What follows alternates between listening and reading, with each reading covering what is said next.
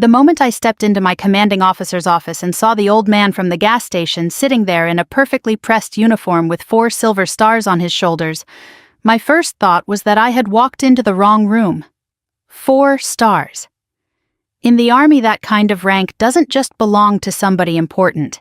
It belongs to somebody whose decisions ripple across bases, across commands, across people's lives. My commander was standing beside his desk, unusually still, his face giving nothing away. The old man turned and looked at me with the same quiet eyes I remembered from 7 days earlier, when he had been counting coins for a hot dog. Then he said my name.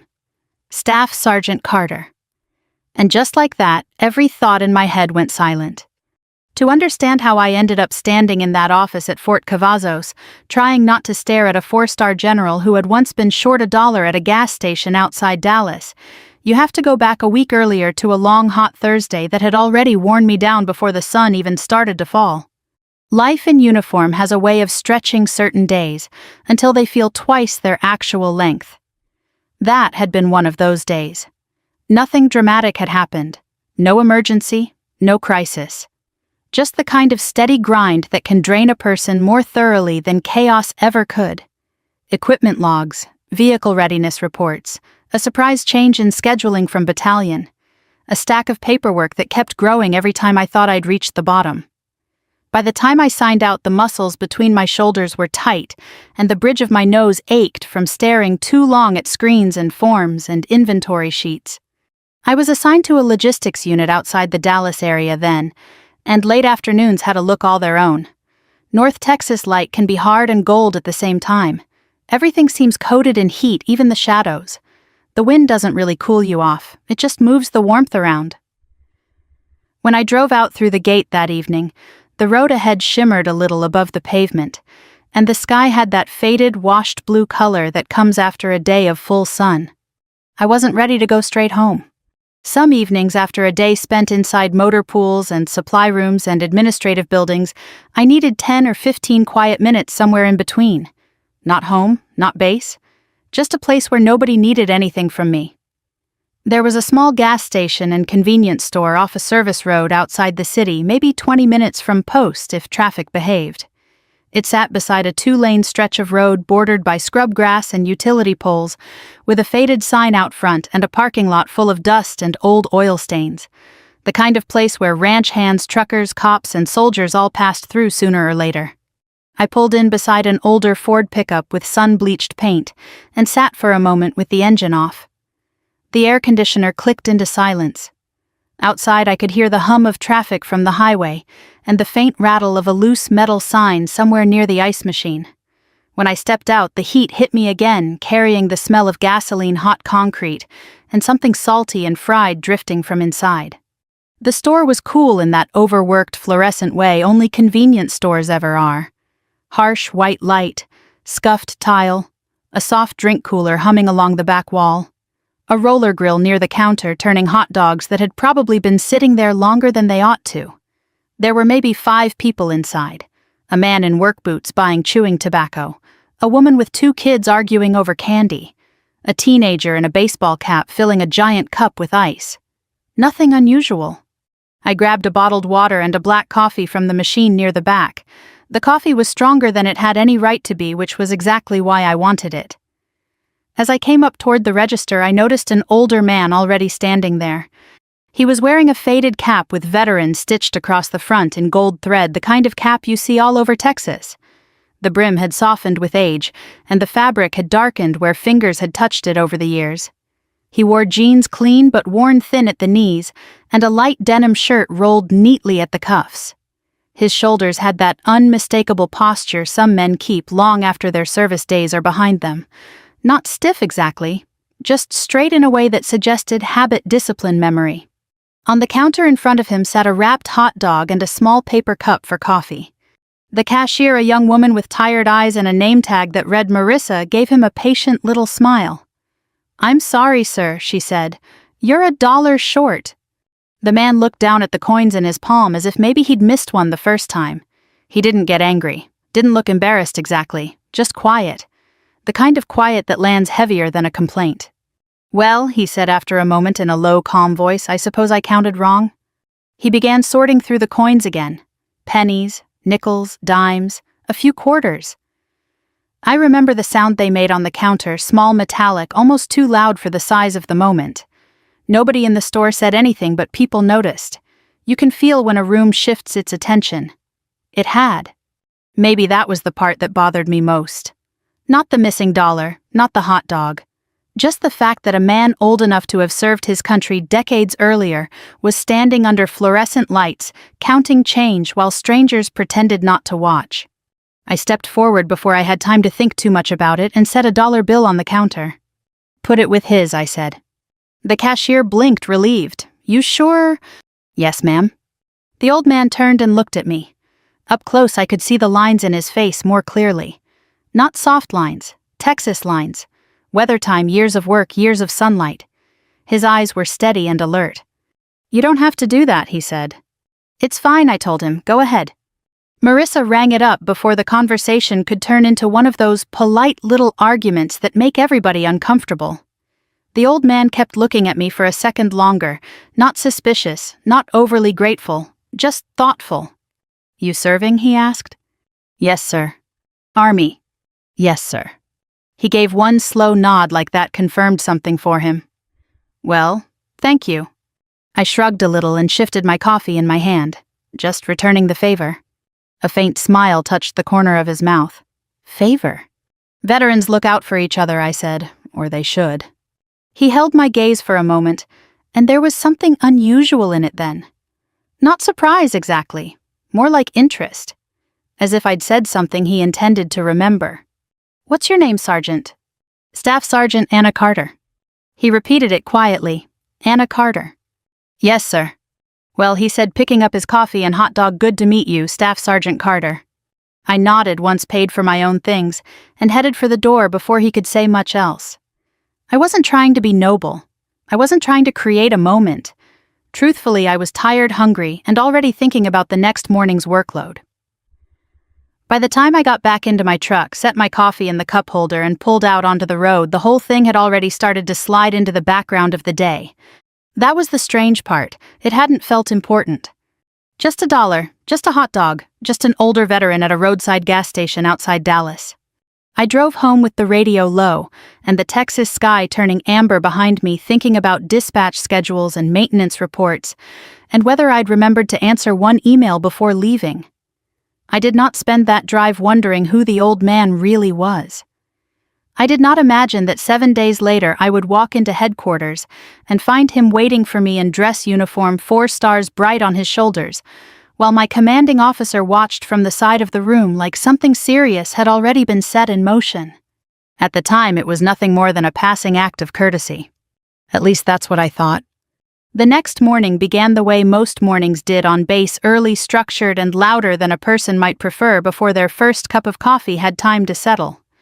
The sun had barely crept over the horizon when I drove through the gate again. Texas mornings carry a different kind of quiet than evenings. The air is cooler, the sky still pale, and for a short while everything feels suspended between rest and motion. But inside a military installation, that quiet rarely lasts long. By the time I parked near the logistics building, engines were already running in the motor pool, and the first wave of soldiers had started their morning routines. Boots on pavement, radios crackling, a forklift whining somewhere behind the supply warehouse. It's the sort of rhythm you stop noticing after a while, like background music in a place where work never really pauses. I grabbed my coffee and walked inside. Our section handled transportation and equipment readiness vehicles, inventory logs, dispatch schedules, maintenance coordination. Not glamorous work, but the Army runs on things most people never see. Trucks have to be fueled, tires replaced, parts ordered, reports filed. Somebody has to make sure the machines that move people and supplies actually function when they're needed. That somebody more often than not was us. The building smelled faintly of dust printer toner and industrial cleaner. I had just set my bag down when Sergeant Morales looked up from his desk and gave me a sympathetic grin. "You look like you wrestled a bear last night," he said. "Just paperwork," I told him. He laughed quietly. "Same thing." The morning passed in the usual blur of tasks. Dispatch records, maintenance reports, an unexpected email from battalion requesting updated readiness numbers by noon. Nothing dramatic, just the steady churn of administrative work that keeps units moving. Around mid-morning, though, the atmosphere shifted. You can usually tell when something changes in a command structure. It's not always loud. Sometimes it's just the way people talk a little more carefully, or the way conversations stop when certain names are mentioned.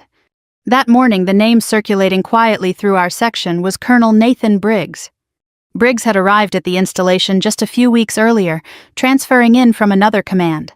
Officially, he was responsible for overseeing operational readiness across several support units, including ours. On paper, his record looked immaculate. Strong evaluations, efficient performance metrics, clean administrative reports. But inside the building, people spoke about him in a different tone. Not openly, not loudly. Just carefully. Sergeant Morales leaned over the partition between our desks that morning and lowered his voice a little. "You heard the colonel's making rounds today?" I shook my head. "First I've heard of it." "Well," he said dryly, "you'll know when he gets here." "What's that supposed to mean?"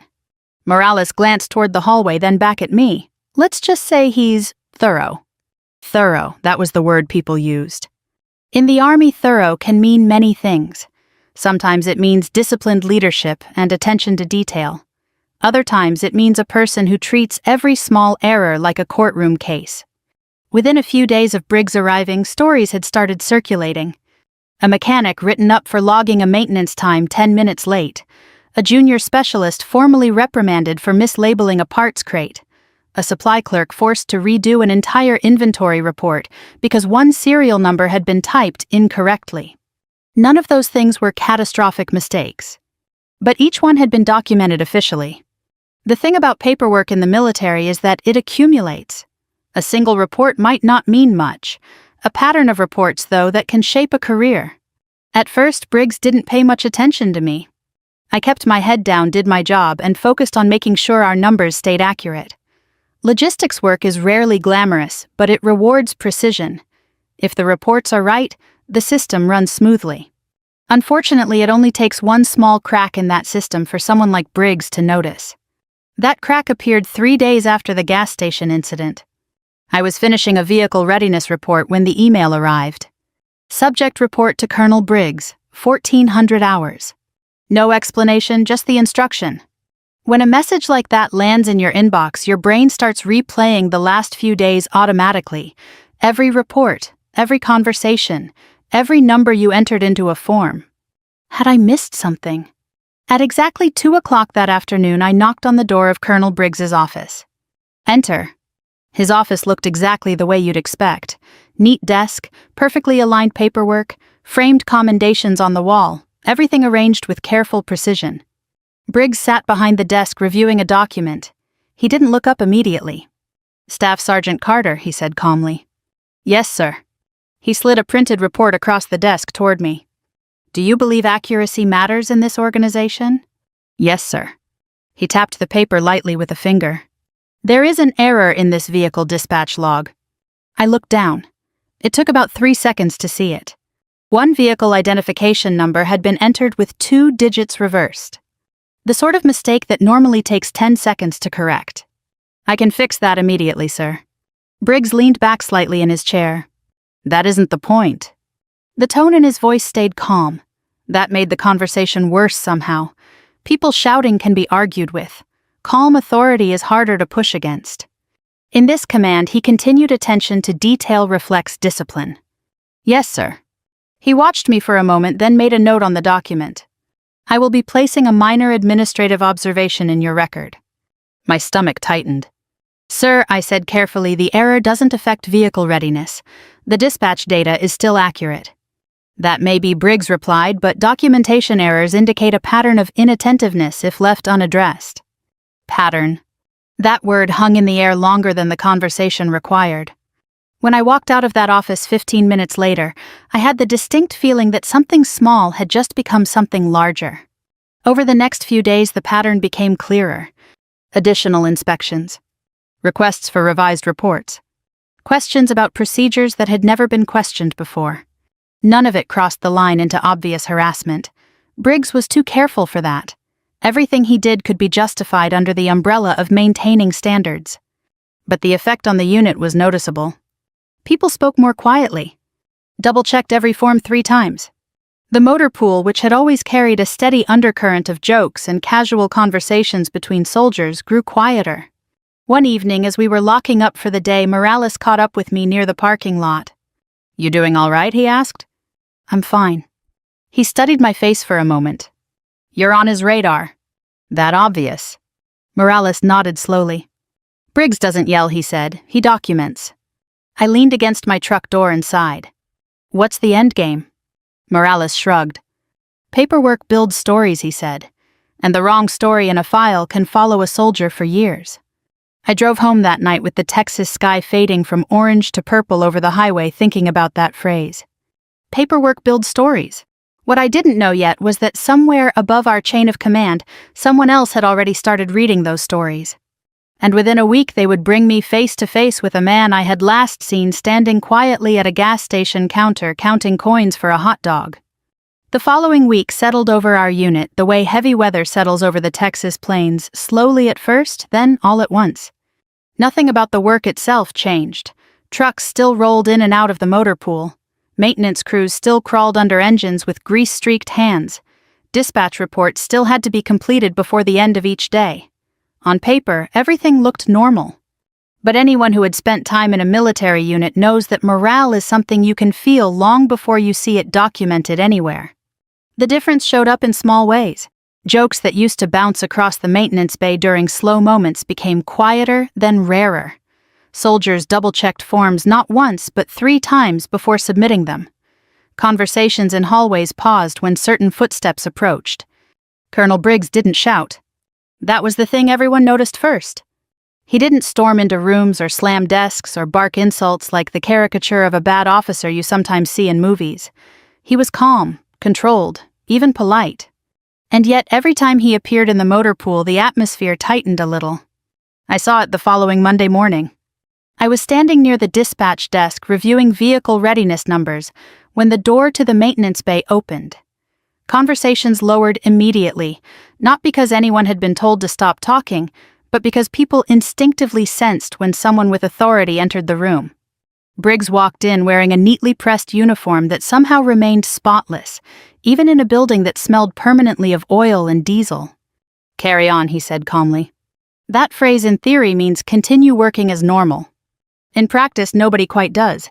He walked slowly through the bay, pausing occasionally to look over maintenance logs or glance at a vehicle inspection sheet clipped to a clipboard. When he reached the dispatch desk, his eyes shifted toward me. "Staff Sergeant Carter." "Yes, sir." "Vehicle readiness report." I handed him the clipboard. He studied the document for a moment, then flipped to the second page. "How long has Vehicle 214 been listed as pending maintenance?" 2 days, sir. Replacement brake assembly is scheduled for installation tomorrow." He nodded slightly, then handed the clipboard back. "Ensure the repair timeline is reflected accurately in the weekly readiness update." "Yes, sir." The exchange lasted less than 30 seconds. But when he walked away, I noticed 3 soldiers nearby quietly exhale. That was how Briggs operated. Nothing explosive. Just constant pressure. Over the next several days, that pressure increased. It started with small things. A request for additional clarification on a supply report. A memo asking why a maintenance log entry had been submitted 15 minutes later than scheduled.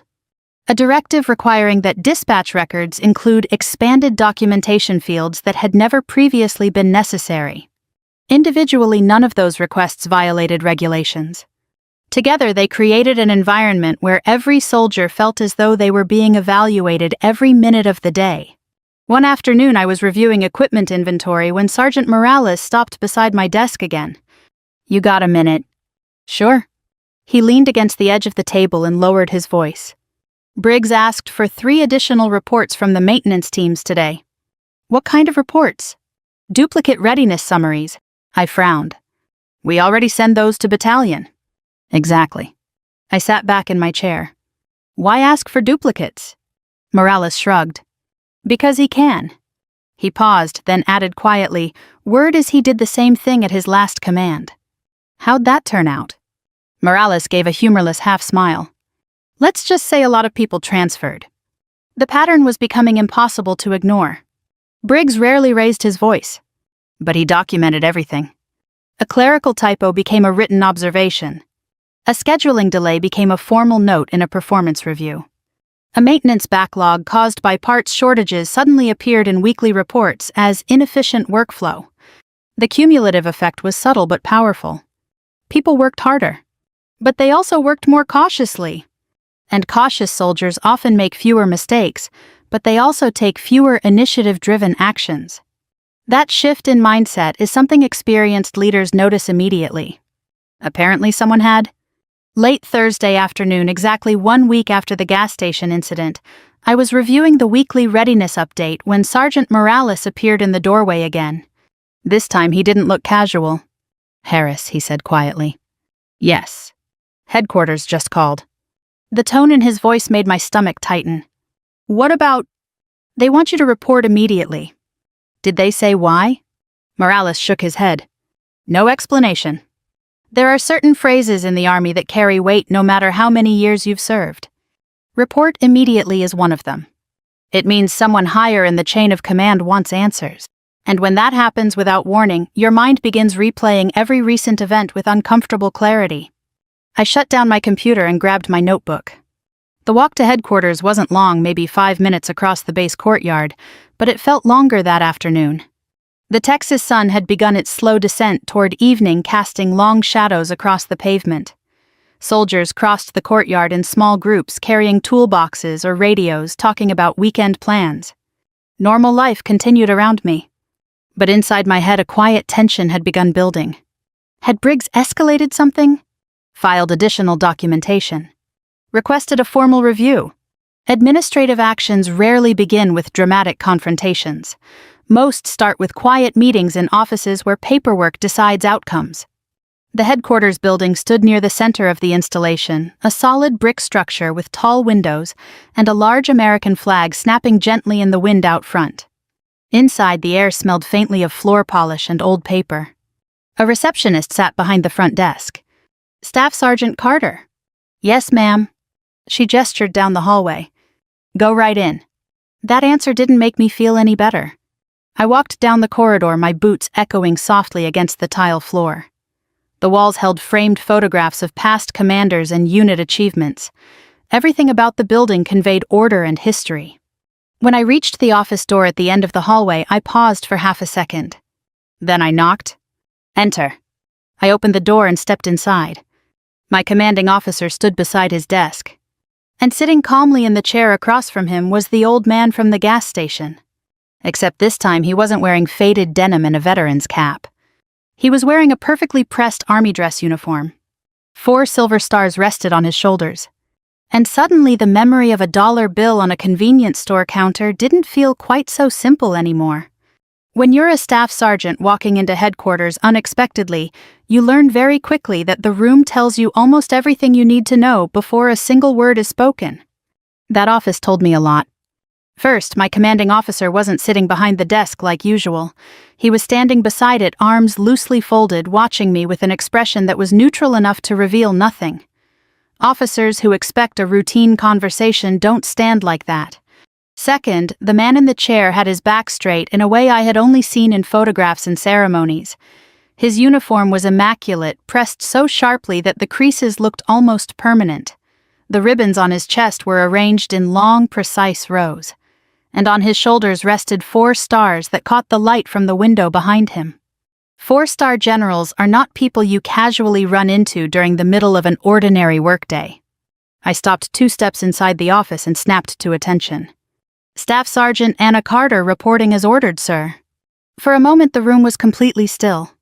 Then the general leaned back slightly in his chair and studied me the same way he had studied the coins in his palm a week earlier at the gas station. Except now I knew who I was looking at. "Staff Sergeant Carter," he said calmly, at ease. His voice carried that particular tone some senior leaders develop after decades of command, quiet, measured, and completely certain of itself. I relaxed slightly, though my heart was beating faster than I cared to admit. My commanding officer gestured toward the chair across from the general. "Have a seat, Carter." That alone felt unusual. Enlisted soldiers do not typically sit during meetings with generals unless specifically invited to do so. I sat carefully, keeping my posture straight, and my hands resting on my knees. The general watched me for another moment before speaking again. "Do you recognize me, Sergeant?" There was no point pretending otherwise. "Yes, sir." He tilted his head slightly. "From where?" "The gas station outside Dallas, sir." A faint smile touched the corner of his mouth. "That's correct." My commanding officer finally spoke. "Staff Sergeant Carter," he said, "this is General William Harding." The name hit me immediately. Harding wasn't just any general. He commanded one of the major operational divisions overseeing several installations across the region. His name appeared in official briefings, policy updates, and command announcements that filtered down through the Army structure. In other words, he was the kind of officer whose decisions affected tens of thousands of soldiers. And 1 week earlier I had handed him $1 at a convenience store so he could buy a hot dog. The realization still felt surreal. General Harding rested his hands calmly on the desk. "You left rather quickly that evening," he said. "Yes, sir." "Why?" The question caught me slightly off guard. "It didn't seem like a big situation, sir." He raised an eyebrow. "Helping a stranger pay for food isn't a big situation." "No, sir." "Why not?" I considered my answer for a moment. "Because he was a veteran, sir." Harding's eyes remained fixed on mine. "And that was enough." "Yes, sir." Silence settled briefly over the room. Then Harding nodded slowly. "That's what I thought." He reached down and lifted a thin folder from the desk. "I travel to installations across the country several times a year," he said calmly. "Sometimes officially, sometimes less visibly." I listened carefully. When soldiers know a general is visiting, Harding continued, things tend to change. Floors are polished twice. Reports become perfect. Conversations become rehearsed. My commanding officer gave a small knowing nod beside the desk. Harding tapped the folder lightly with one finger. "Occasionally I prefer to see how things function when no one believes they're being observed." The realization started to form slowly in my mind. "You were evaluating the installation, sir." "In a manner of speaking." He opened the folder. Inside were several printed documents. Personnel evaluations, operational summaries, and something else. My name appeared on one of the pages. I felt my stomach tighten. Staff Sergeant Carter, Harding said calmly, "Are you familiar with Colonel Nathan Briggs?" "Yes, sir."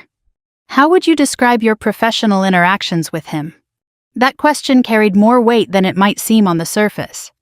In the Army, criticizing an officer, especially in front of a 4-star general, is not something enlisted soldiers do lightly. But Harding's expression wasn't confrontational. It was patient, like someone genuinely waiting for an honest answer. I chose my words carefully. "Professional, sir." The general's smile returned slightly. "That's a diplomatic answer." My commanding officer spoke quietly. "Carter, this discussion is confidential. Speak freely." I hesitated for a moment. Then I answered honestly. "Sir, Colonel Briggs places significant emphasis on administrative discipline." Harding nodded. "Yes," he said, "I've read the reports." He slid one sheet across the desk toward me. It was the observation Briggs had filed regarding the reversed digits in my dispatch log. Harding studied it again. "Do you believe this report accurately reflects your performance?" I swallowed. "No, sir." Harding leaned back slightly in his chair. "That aligns with my own assessment." The room fell quiet again. Outside the window, I could see soldiers crossing the courtyard carrying equipment between buildings. From this distance, they looked almost like figures in a quiet machine moving steadily through routines that had existed long before any of us arrived. Inside the office, however, something much more deliberate was unfolding. Harding closed the folder. "Staff Sergeant Carter," he said, "there are 2 reasons you're here today." I waited.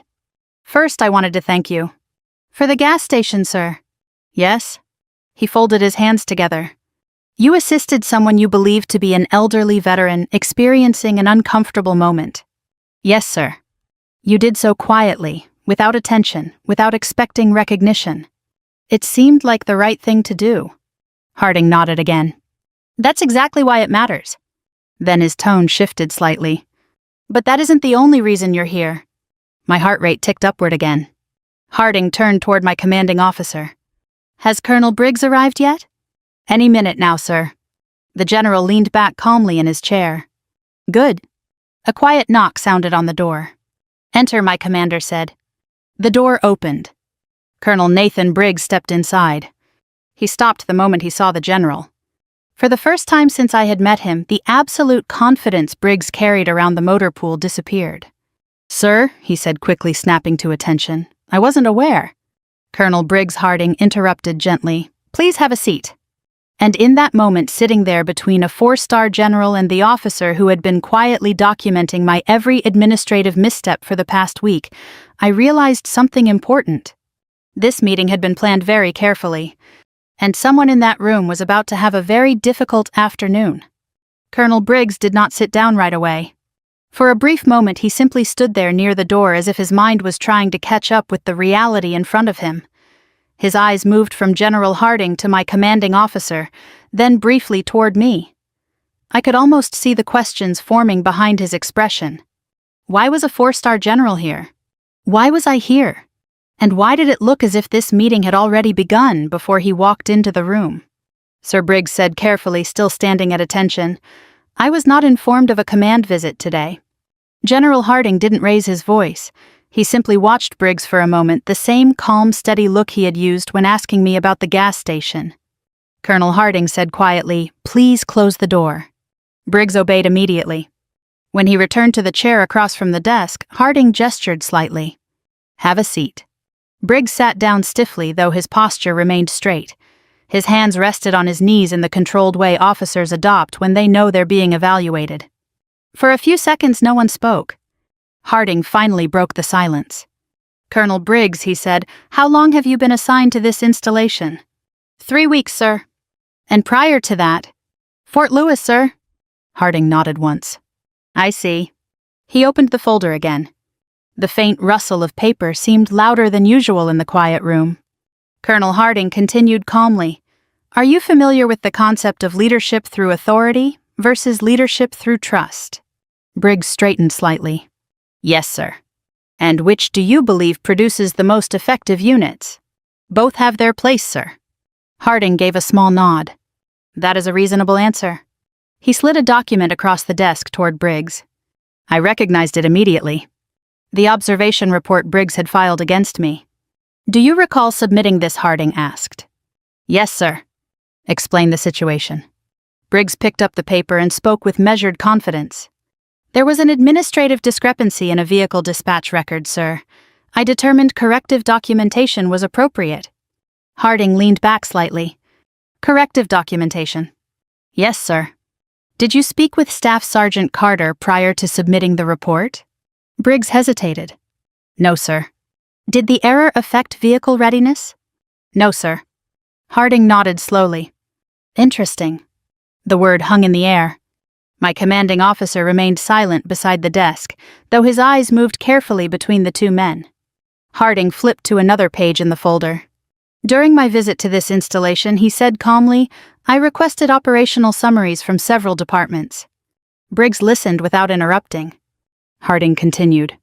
"I also reviewed administrative actions taken during your first 3 weeks here." Briggs shifted slightly in his chair. "Yes, sir." Harding tapped the folder. "I have before me 6 formal observations filed against junior enlisted soldiers during that period." Briggs nodded cautiously. "Corrective leadership, sir." Harding's voice remained perfectly even. "Is that what you call it?" "Yes, sir." Harding slid several additional pages across the desk. 4 written warnings, he continued. Briggs looked down at the documents. The confidence in his posture began to soften slightly. "Colonel Harding said during my visit I also spoke with several soldiers assigned to your command." Briggs remained silent. Harding's eyes moved briefly toward me. "And I learned something interesting." The room went still again. Harding closed the folder slowly. "A week ago he said I stopped at a gas station outside Dallas." Briggs frowned faintly. "Yes, sir. My credit card was declined." Briggs blinked. "I see, sir." "And when that happened," Harding continued, "Staff Sergeant Carter quietly paid the difference." Briggs glanced at me again, confusion crossing his face. "That was generous of her, sir." "Yes," Harding said softly, "it was." Another pause followed. Harding leaned forward slightly. "But that is not the reason this meeting was scheduled." Briggs sat very still. Harding opened the folder again. Inside were additional documents, reports I had never seen before. During my review of this installation, Harding said I observed a pattern in your administrative leadership style. Briggs cleared his throat. With respect, sir, discipline sometimes requires firm documentation. Harding nodded. That is true. Then he said something that made the room feel colder. But discipline must also be fair. He tapped the folder again. In several of these cases, the documented errors were minor administrative discrepancies that could have been resolved through direct conversation. Briggs said nothing. Harding continued. Instead, you chose formal documentation. Yes, sir, Briggs said carefully. Accountability is essential. Harding studied him. Colonel Briggs, he said, have you considered that leadership may involve protecting the soldiers under your command rather than documenting their mistakes? Briggs opened his mouth. Closed it. Harding leaned back again. I have served in this army for 37 years, he said calmly. I have commanded units in combat zones and training bases alike. The room remained silent. And during that time, Harding continued, I have learned something about leadership. He paused. One of the clearest measures of a leader is how the people under them feel when that leader enters the room. Briggs's face had grown noticeably paler. Harding closed the folder again. Colonel Briggs, he said, based on the documentation reviewed during this visit, I am recommending that your current operational authority be temporarily suspended pending a command evaluation. Briggs's head snapped upward. Sir? Harding raised one hand gently. The room went silent again. This is not a punishment, Harding said calmly. Briggs said nothing. It is a review. Harding glanced toward my commanding officer. Colonel Daniels will oversee the evaluation process. Yes, Sir, Daniels replied. Harding returned his attention to Briggs. You may return to your quarters for now. Briggs sat still for a moment longer. Then he stood. For the first time since entering the room, he looked directly at me. There was no anger in his eyes, only realization. He straightened his uniform. Permission to leave, sir? Granted. Briggs walked to the door. When it closed behind him, the tension in the room seemed to release all at once. Harding let out a slow breath. Colonel Daniels, he said. Yes, sir. Ensure the review proceeds fairly. Of course. Daniels nodded once and stepped out to begin the necessary calls. The door shut quietly. Now it was just General Harding and me. And the room suddenly felt much larger.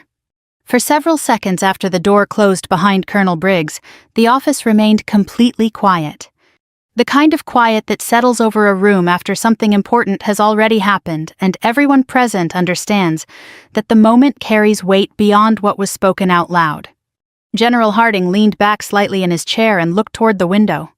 Outside, soldiers continued walking across the courtyard between buildings, carrying tool cases, radios, and clipboards. From a distance, their movements looked almost mechanical, small pieces of a machine that never truly stopped running. Bases are like that. Work continues whether people inside the offices are having difficult conversations or not. Harding finally turned his attention back toward me. Staff Sergeant Carter. Yes, sir. He gestured lightly toward the chair again. At ease.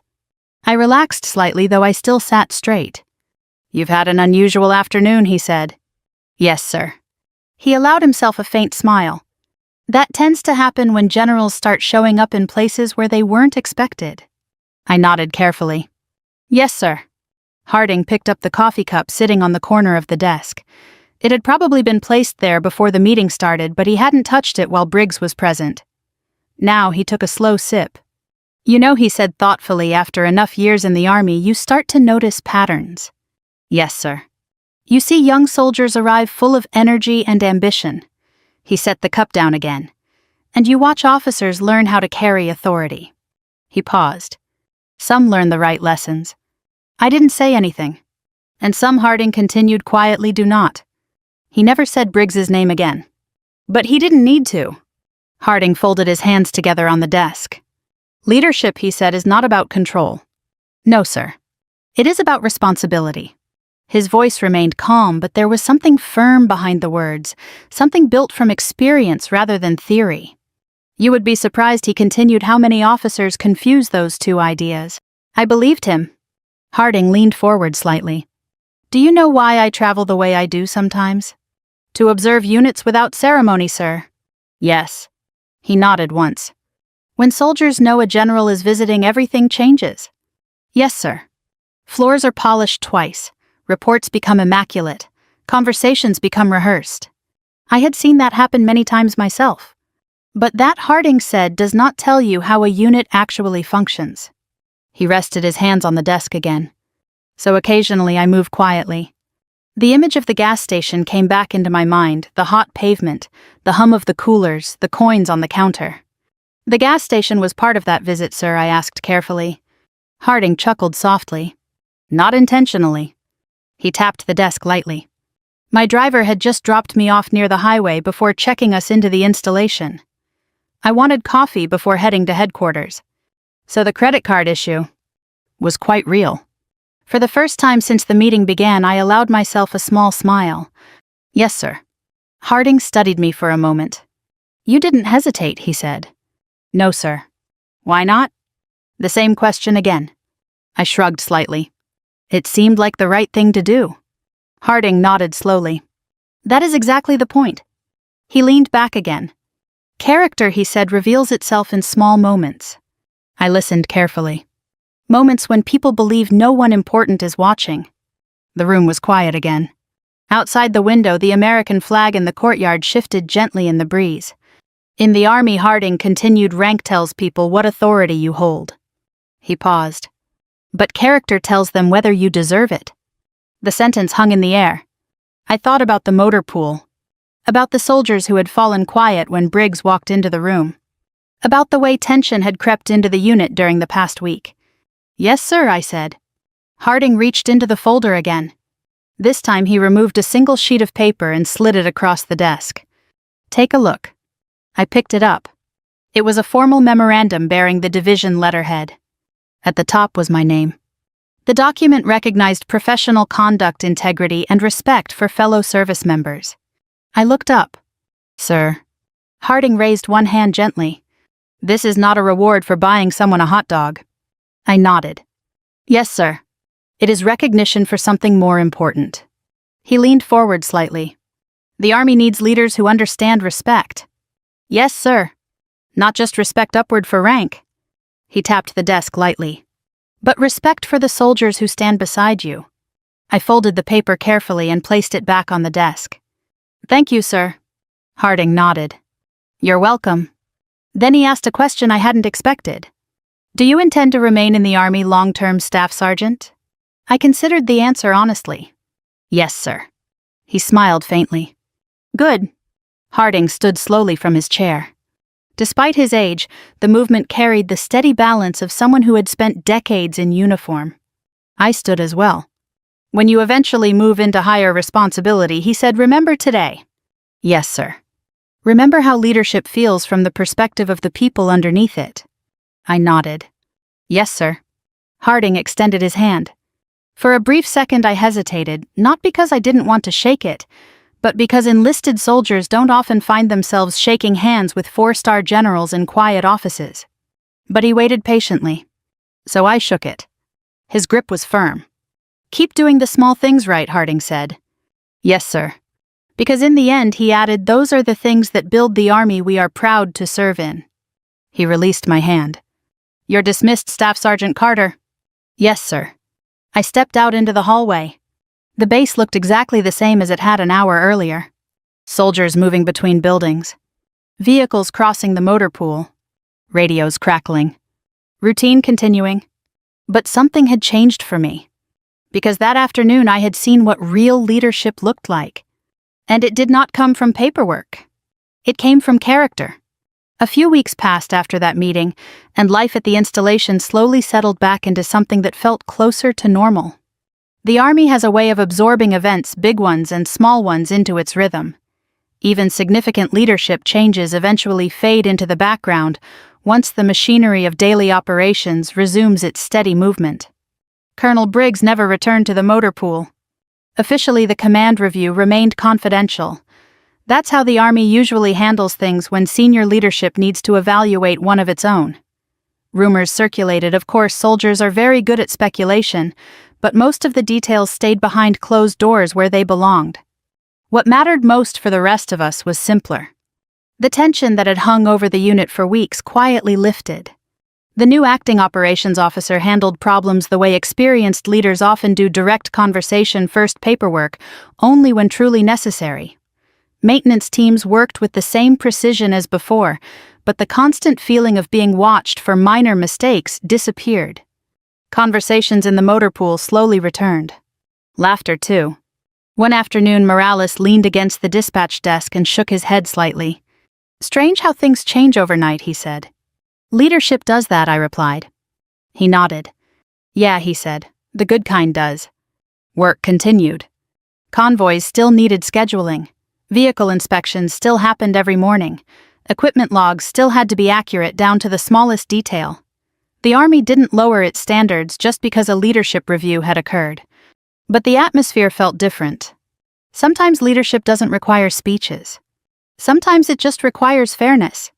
Late one Friday afternoon, after finishing the week's readiness reports, I found myself driving down the same service road outside Dallas where the gas station sat. The sun was lower than it had been that day weeks earlier, casting long shadows across the dry grass along the roadside. Texas wind moved lightly through the fields, carrying the faint smell of dust and summer heat. I hadn't planned the stop consciously. But when the familiar faded sign appeared ahead, I turned into the parking lot almost automatically. The place looked exactly the same. A few pickup trucks parked near the entrance. The ice machine rattling softly beside the building. And the low hum of traffic from the highway in the distance. Inside, the fluorescent lights buzzed quietly overhead. The same roller grill turned slowly near the counter, hot dogs rotating beneath the heat lamps. Marissa was working the register again. When she looked up and recognized me, she smiled. "Well, look who's back," she said. "Yes, ma'am. Been a while." "Work's been busy." She poured a cup of coffee without even asking. "Army busy or paperwork busy?" she asked. I smiled slightly. "Both." I took the coffee and leaned against the counter. "You remember the older veteran who was here a few weeks ago?" I asked. Marissa's face brightened immediately. "Oh, the one you helped." "Yes, ma'am." She laughed softly. "Funny thing about that." "What happened?" "Well," she said, wiping the counter with a towel, "he came back the next morning." "He did." "Sat right there." She pointed toward the stool near the register. "What for?" "Breakfast." I nodded. "That sounds about right." She grinned. "But before he left, he asked about you." "About me?" "Your name, what unit you might be with, how often soldiers stop here." I took a slow sip of coffee. And then he paid for every soldier's breakfast who came through the door that morning." I blinked. "He did?" "Sure did." She chuckled again. "Never made a big deal about it either. Just told me to keep the grill running." That sounded exactly like something General Harding would do. Quiet. Simple. Respectful. Marissa leaned slightly on the counter. "You know who he was, don't you?" "Yes, ma'am." "Well," she said with a grin, "I looked it up later when the news mentioned a general visiting the base nearby." She shook her head slowly. 4 stars. "Yes, ma'am.